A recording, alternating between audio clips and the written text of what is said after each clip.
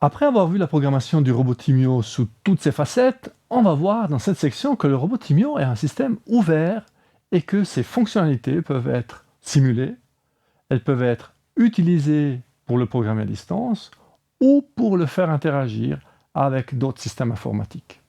Commençons cette balade sur les technologies annexes à Timio par sa simulation.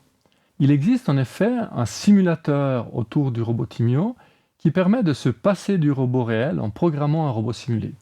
Voici un exemple de fenêtre de simulation avec un programme simple qui permet de faire avancer le robot quand on presse sur le bouton flèche avant et l'arrêter lorsqu'il rencontre une ligne au sol.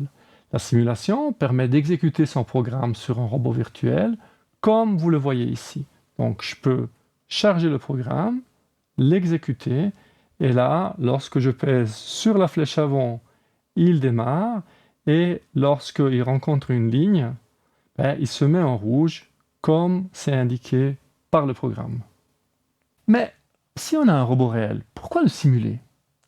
Il y a différentes réponses à cette question. Dans une phase d'un projet, il se peut qu'on ne dispose pas assez de robots et qu'une partie de la programmation se fasse en simulation. Attention toutefois à quel environnement vous avez besoin. Une série d'environnements sont prédéfinis, mais définir vous-même un environnement demande de bien maîtriser l'outil. Une autre réponse à pourquoi simuler est dans le nombre de robots. Vous voulez essayer une danse avec 20 robots? Peut-être c'est plus facile de faire des tests en simulation avant d'aller chercher les 20 robots chez vos amis ou vos collègues. Enfin, la simulation offre la possibilité, dans une classe, de faire tourner le simulateur sur l'ordinateur de l'enseignant et avoir les élèves qui programment les robots qu'on voit à l'écran depuis leur ordinateur.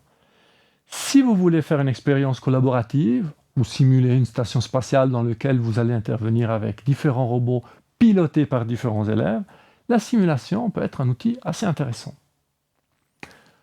Du coup, si un élève peut programmer à distance, sur un autre ordinateur, un robot simulé, est-ce qu'il peut aussi programmer à distance un robot réel? Eh bien oui, vous pouvez brancher un robot sur un ordinateur, mettre à disposition son accès par Internet et y accéder par programmation depuis l'autre côté de la planète. C'est ce qu'on fait avec les missions qu'on appelle ici R2T2, qui permettent à des enfants de toute la planète de collaborer sur une maquette de station spatiale qui se trouve à l'EPFL. Dans notre cas, on leur donne un retour par stream vidéo sur YouTube, mais d'autres solutions sont aussi possibles. Enfin, si je peux programmer à distance, puis-je aussi interagir avec le Timio depuis d'autres langages de programmation ou des autres systèmes informatiques?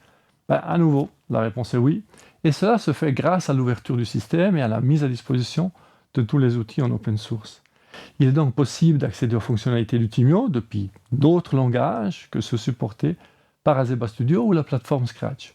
On peut par exemple contrôler le Timio depuis un programme écrit en C++ ou en Python sur un ordinateur auquel est connecté le Timio. Et on peut contrôler Timio depuis des ordinateurs embarqués, comme la Raspberry Pi. Et cette option offre la possibilité très intéressante de mettre le Raspberry Pi directement sur le dos du Timio.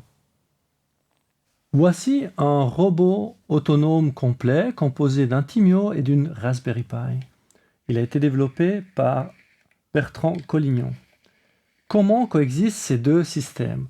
Le Timio est relié à la Raspberry Pi par ce câble USB qui permet à la Raspberry Pi de le piloter et de lui fournir une alimentation.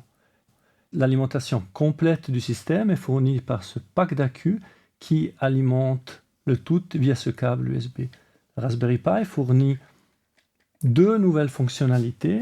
D'un côté, un capteur, la caméra qui permet de faire de la vision sur l'avant du robot, et via ce servomoteur qui est lié directement à la carte Raspberry Pi, le contrôle du bras qui se trouve à l'avant du robot.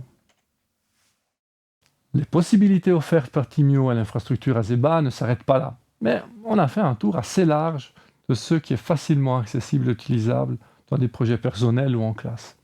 Maintenant, c'est à vous d'en profiter.